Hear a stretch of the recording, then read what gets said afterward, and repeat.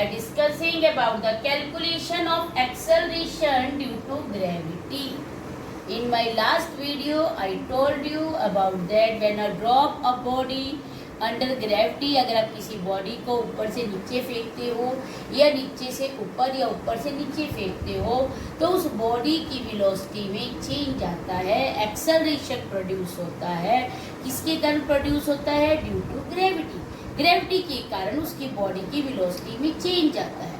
जो वेलोसिटी में चेंज आया मतलब एक्सेलरेशन प्रोड्यूस हुआ. दैट एक्सेलरेशन प्रोड्यूस किसके कारण हुआ? ग्रेविटी के कारण हुआ.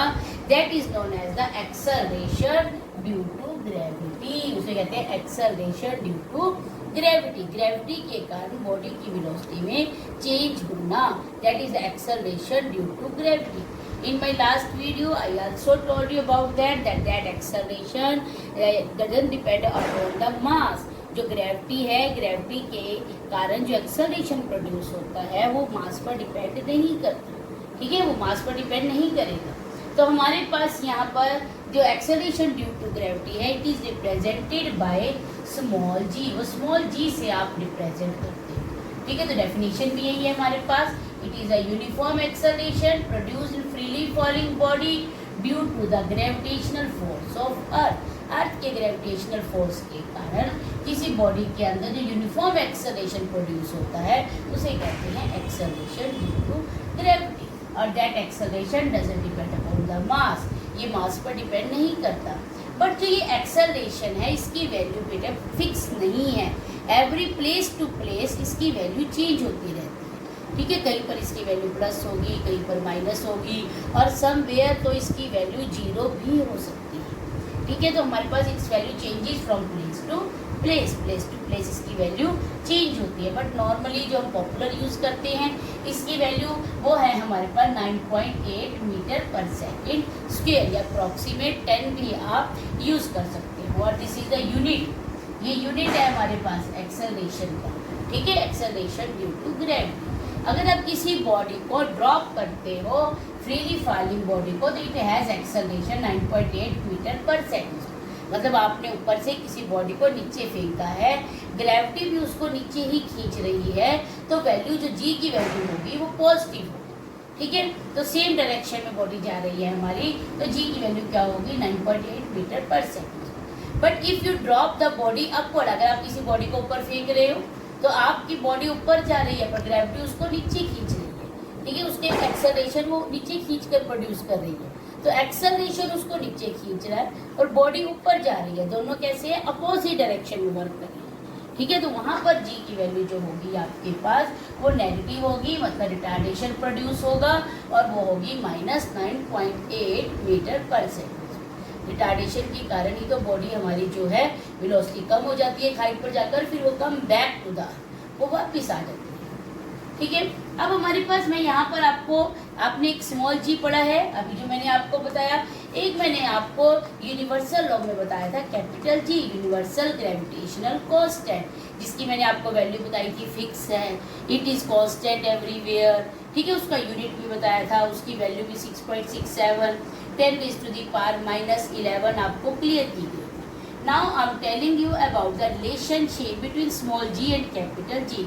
उन दोनों में क्या रिलेशन है कि वो यूनिवर्सल ग्रेविटेशनल कांस्टेंट है हमारा और ये एक्सेलरेशन ड्यू टू ग्रेविटी, इन दोनों में क्या रिलेशन है तो हम वो देखेंगे यहाँ पर. First of all this is our earth. ये हमारी अर्थ. ठीक है, एज्यूम आपकी जो फिजिक्स है वो सारी एजम्पशंस पर होती है. ठीक है, इसमें हमारे पास जो है एजम्पशंस चलती है. एज्यूम किया कि हमारे पास ये अर्थ है. ठीक है, इसका ये सेंटर है, ये कोई स्टोन है, कोई ऑब्जेक्ट है जो अर्थ पर फॉल हो रहा है. ठीक है, और इस ऑब्जेक्ट का मास है m और हमारी अर्थ तो इतनी बड़ी है उसका मास है कैपिटल M. ठीक है, तो ये अर्थ की रेडियस है जहाँ से वो ऑब्जेक्ट के बीच सेंटर से, अर्थ के सेंटर से उस ऑब्जेक्ट का डिस्टेंस.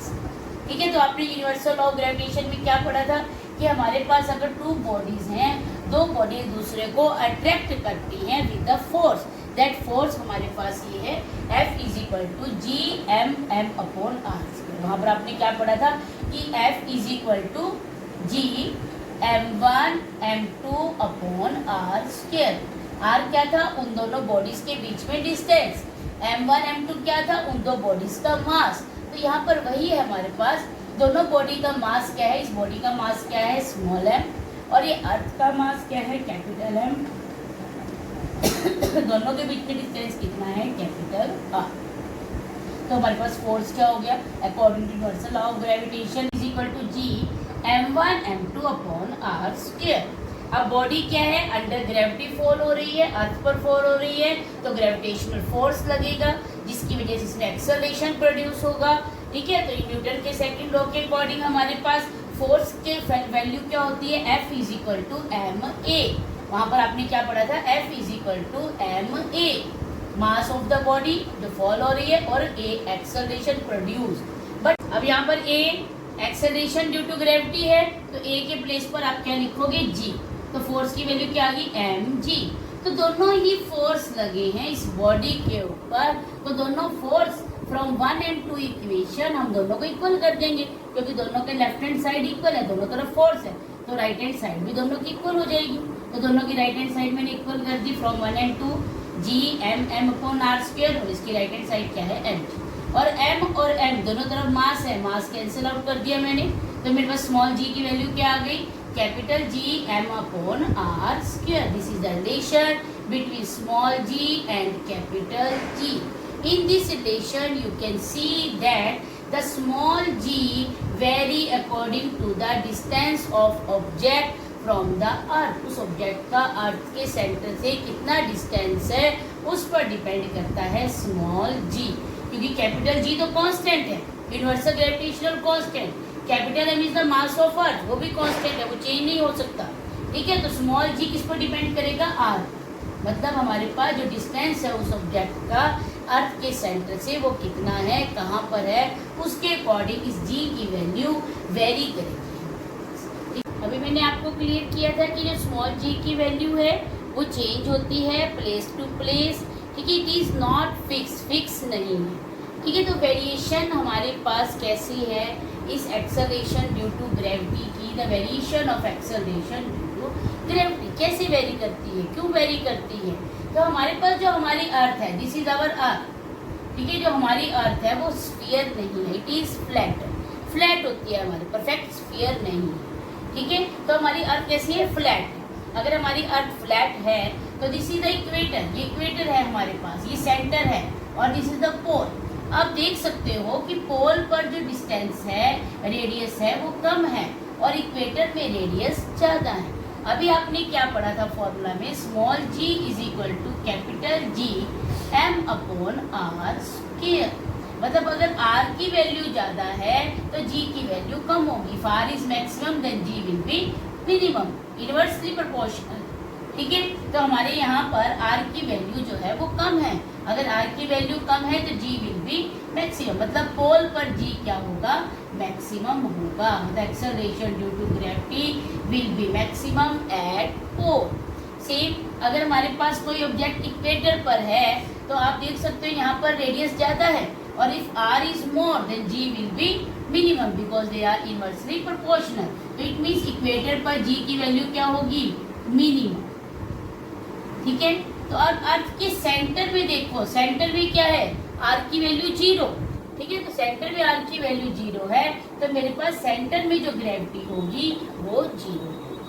ठीक है, सेंटर में जो ग्रेविटी है वो 0 है। तो आप देख सकते हो कि कैसे g की वैल्यू फिक्स नहीं है, it is changing from place to place, कि यहाँ पर मैक्सिमम है, यहाँ पर मिनिमम है, और यहाँ पर 0 है। अब आप सोचोगे कि अगर मैं अर्थ के अंदर चली जाऊँ तो वहाँ पर g की वैल्यू कैसे होगी, क्या वो इंक्रीज होगी, डिक्रीज होगी।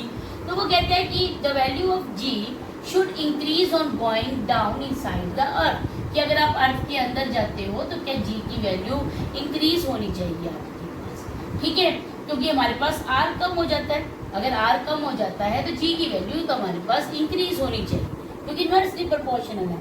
बट ऐसा नहीं है हमारे पास, इट इज नॉट ट्रू नहीं है जो हमारे पास, it is not applicable at any point inside the surface of earth के जो अंदर का सरफेस है वहाँ पर ये जो फॉर्मूला है ये एप्लीकेबल नहीं है। It is applicable on the surface of earth, above the surface. अब ऊपर हमारे जो अर्थ के सरफेस पर है, इनसाइड में नहीं। ठीक है। It is maximum on the surface of अर्थ, यहाँ पर मैक्सिमम है, और decreasing gone down inside the, जैसे जैसे आप अंदर जाओगे और नीचे जाओगे तो इसकी वैल्यू चेंज होगी है। आप देख सकते हो कि इक्वेटर पर मिनिमम है और पोल पर मैक्सिमम है। ठीक है, थैंक यू स्टूडेंट्स।